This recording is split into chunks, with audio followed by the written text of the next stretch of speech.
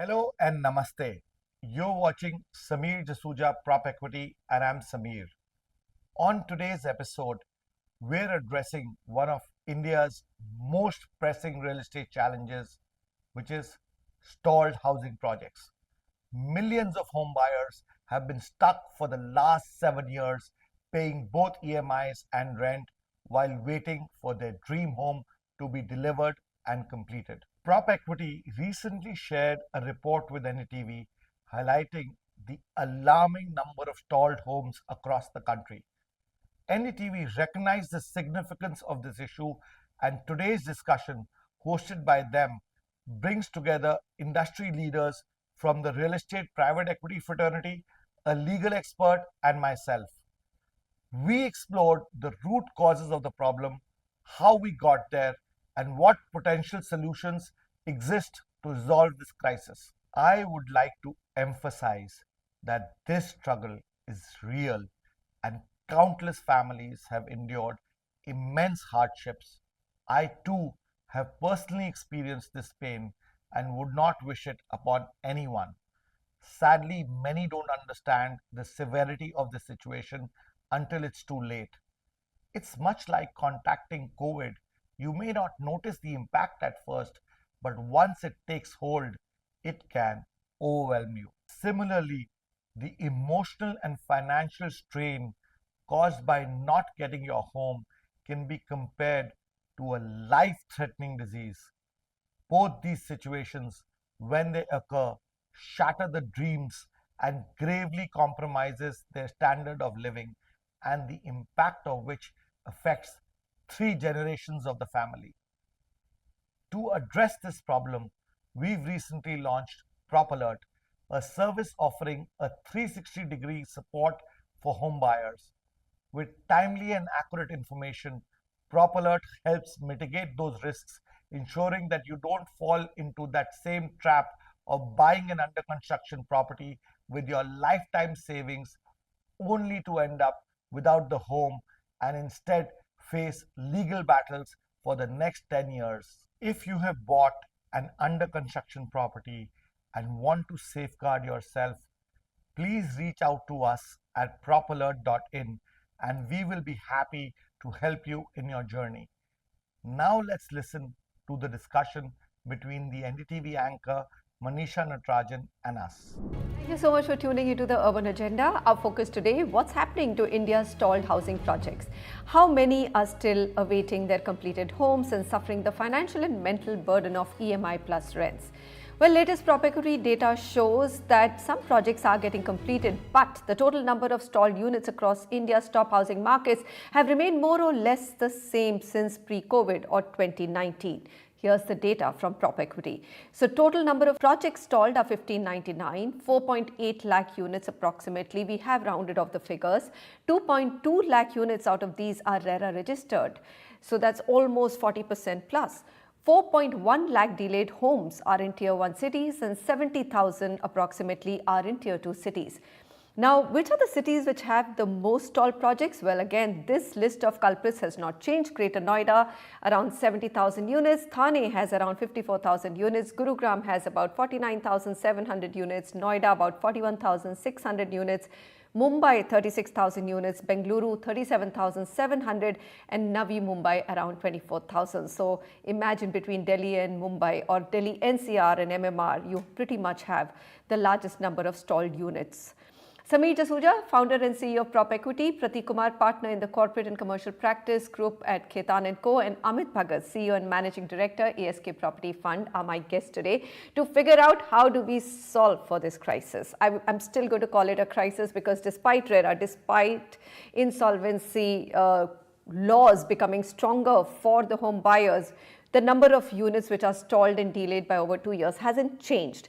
So Samir, because the data comes from PropEquity, here's my question to you. You know, there are about 2.2 lakh units which are RERA registered post 2017. Some of them are legacy projects which have had to register with RERA, but are there new ones also which have got stalled post 2017? And how has RERA helped, or has it helped? So Manisha, there are going to be continuously projects that are going to get stalled. The number may come down, but that problem can happen later as well. So that problem will continue for all times to come. It may just get reduced. So RERA's job really is when the project gets stalled and the crime has been committed, that's when RERA really comes in to give its justice or hear the case. And that's why RERA has not been able to help this problem too much. The only way this problem can be solved is by other developers coming in, taking those projects over and redeveloping them or completing them. Swami has done a great job by completing 32,000 odd units over the last 5 years. But since we knew this problem was much larger, the funds required to complete such projects was much more, and the availability was much lesser in terms of the Swami funds total fund, which was 25,000 crores.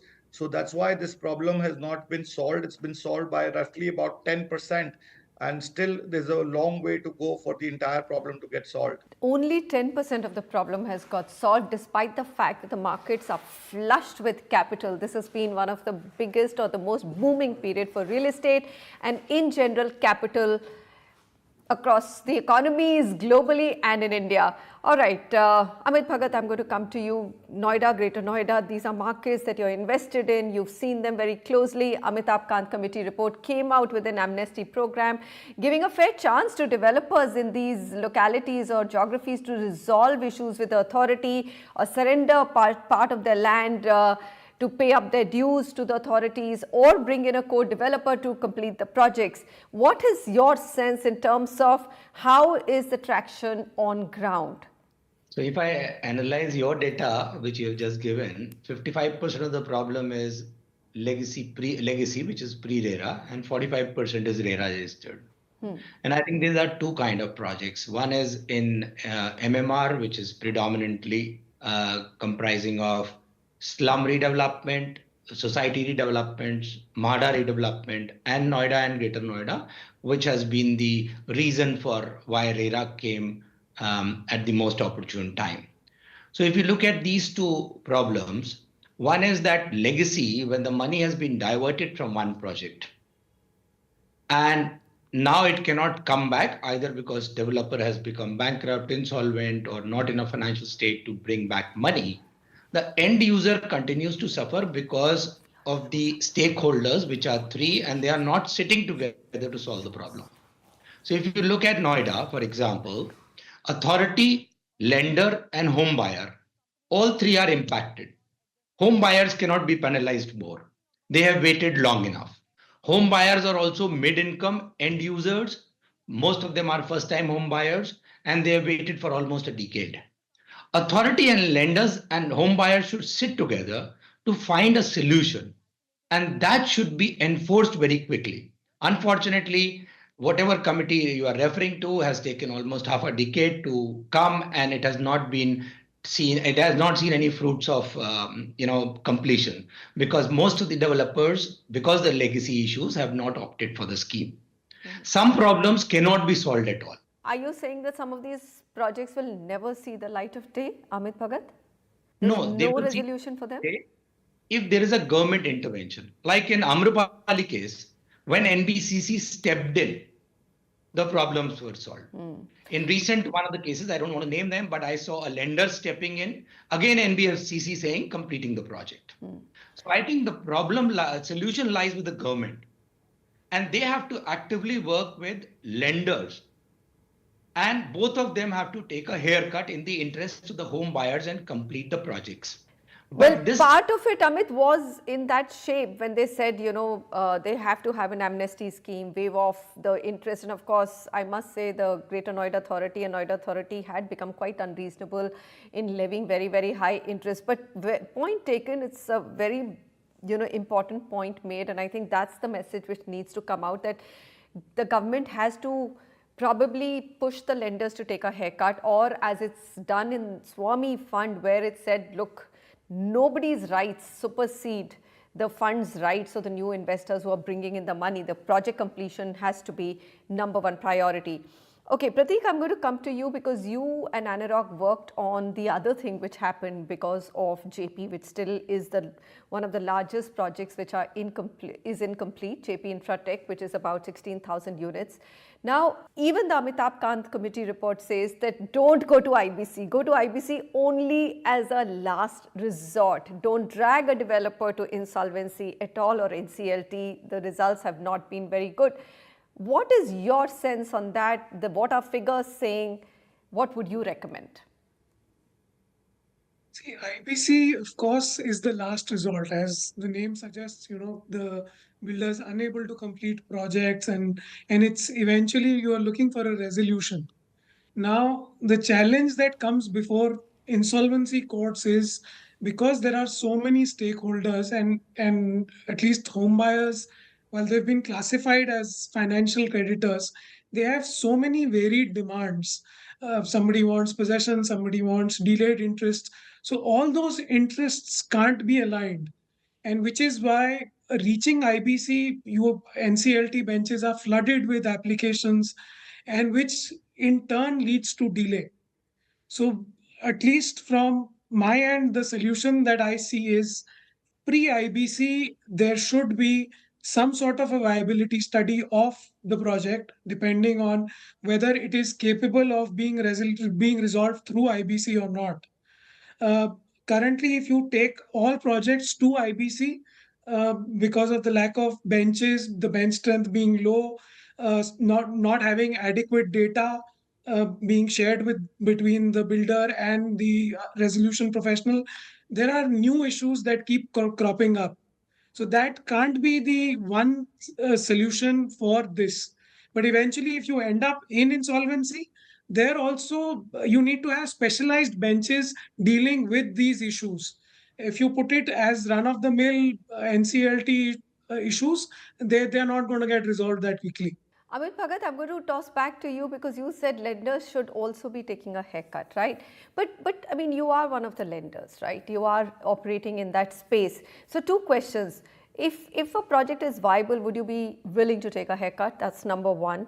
Number two, have you seen any dramatic change in what you call in North India, and we are talking about most of the projects stuck in North India. फितरत में कोई बदलाव आया है? Has the basic ethos of the developer changed? Do you see that he's more trustworthy now? No, I think, I firmly believe that the DNA cannot be changed, and it will be very difficult to see that somebody's DNA has changed. One thing which I feel and I see a solution today is because all financial creditors, lenders will definitely go to IBC because that is the only tool available to them for recovery of their money.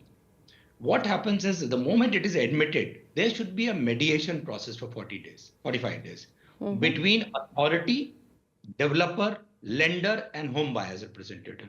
And if this is followed, unfortunately, what happens? Authority never comes. And judicial pronouncements have come over the last 1 decade, where I think the recent one, which is I think last year, where authority has been pronounced as a secured credit. Now, these are evolving. Nothing is permanent from day one where a solution can be worked out in defined timeline because everything is evolving. So I think now going forward, if all stakeholders give a priority to the home buyer, which should be a priority, because if you look at it, you are spoiling 3 generations of that household. Yeah. He's a mid-income. He is not able to live peacefully. His kids cannot get the desired optimum education because he's short of funds. He cannot take care of his elders. So priority should be home buyers. But for that, proactively, authority, lender, developer should come together with a home buyer's representative, go through this mediation process of 45 to 60 days before the COC is constituted and the action starts. And you will quickly find a solution. If authority is being willing to be treated at par with financial creditors in terms of their dues, because the fault lies on their part equally. They have monitored the project. They have given free hand to the developer not to pay dues for a very long time. So they are equally at fault. I would agree, but authority is never held responsible. Samir Jasuja, home buyers always been the last priority. In somehow, In India, we have not been able to change that. This is a unique market where home buyer pays for everything from day one, right? With even the ground not broken, the home buyer has to pay up a booking amount and then 10%. And by the time the structure is up, he's paid up 90%, even though most projects do get delayed after the structure is up because the finishing takes a very long time. What does one do? I mean, how do you change the DNA of this industry? You've been there for so long tracking data. Yeah, Manisha, and I wanted to add to what Amit Bhagat sir said that, I think there is a solution, and this solution is very much similar to what I'd go to Saudi Arabia and what MBS did with the other princes. He bought them in a hotel and got them to agree to shell out the dollars that Saudi Arabia needed. Similarly, I think, fortunately for India, in the last 3 years, real estate prices have almost doubled, especially in MMR and NCR. So those projects have actually become viable.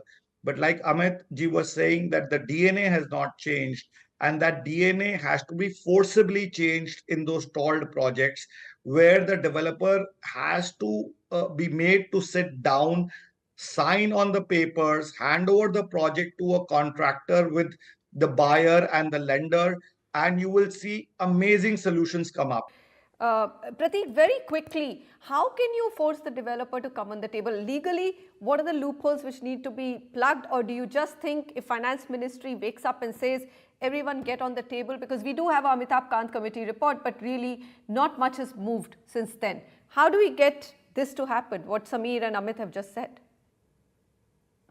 So I think they're spot on this. And the builder's support is needed because he knows the project. The only way we can do that is through court intervention. So and there are multiple cases that have happened, and this concept of reverse CIRP that's been brought about, where the builder is asked to complete the project, but under the supervision of the court. And there are instances where Supreme Court is monitoring the projects that are on, and there are the NCLT and the NCLATs that is monitoring. So constant monitoring and accountability. So the builders can't be given a free hand where they run riot, they siphon off money from the projects, but regular periodic update reports being filed in courts, the progress reports being given. I think that's one way to stem this problem. Projects have become viable because the market cycle has improved dramatically. Prices have gone up, and now you are dealing with a new beast, which is the developers don't want to, even they don't want to build, but they also don't want to let the project to go to anybody else.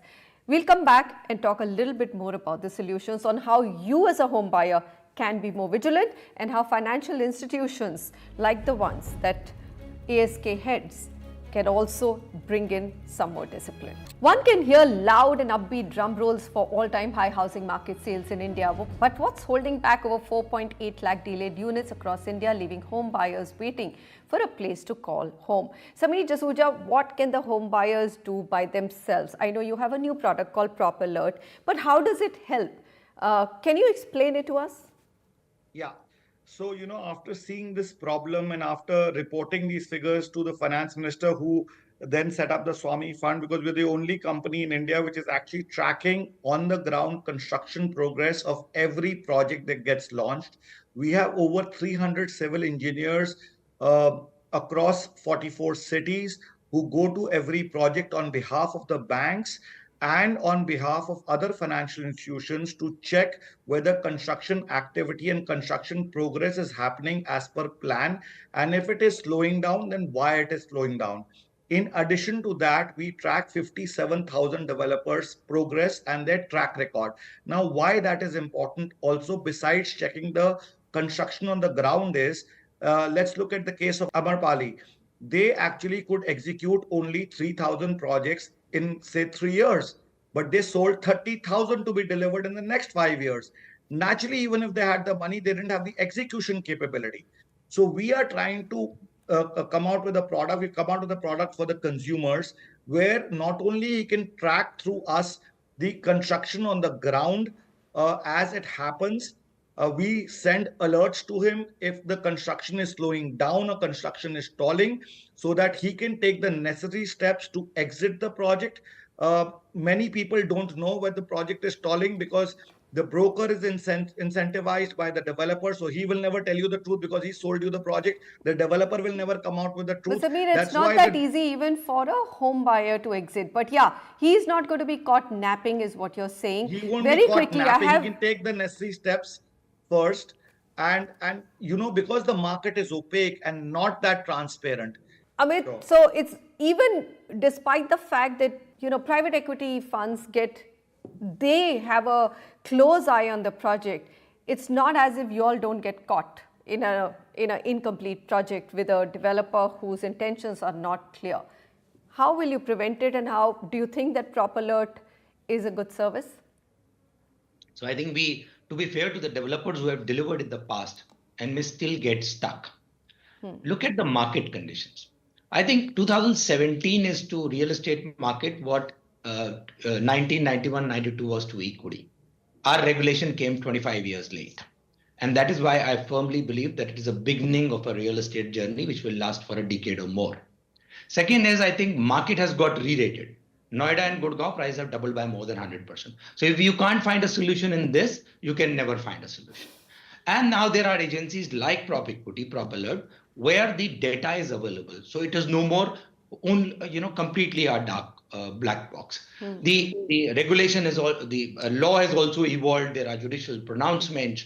I think what we need is a proactive approach now with the market being re-rated.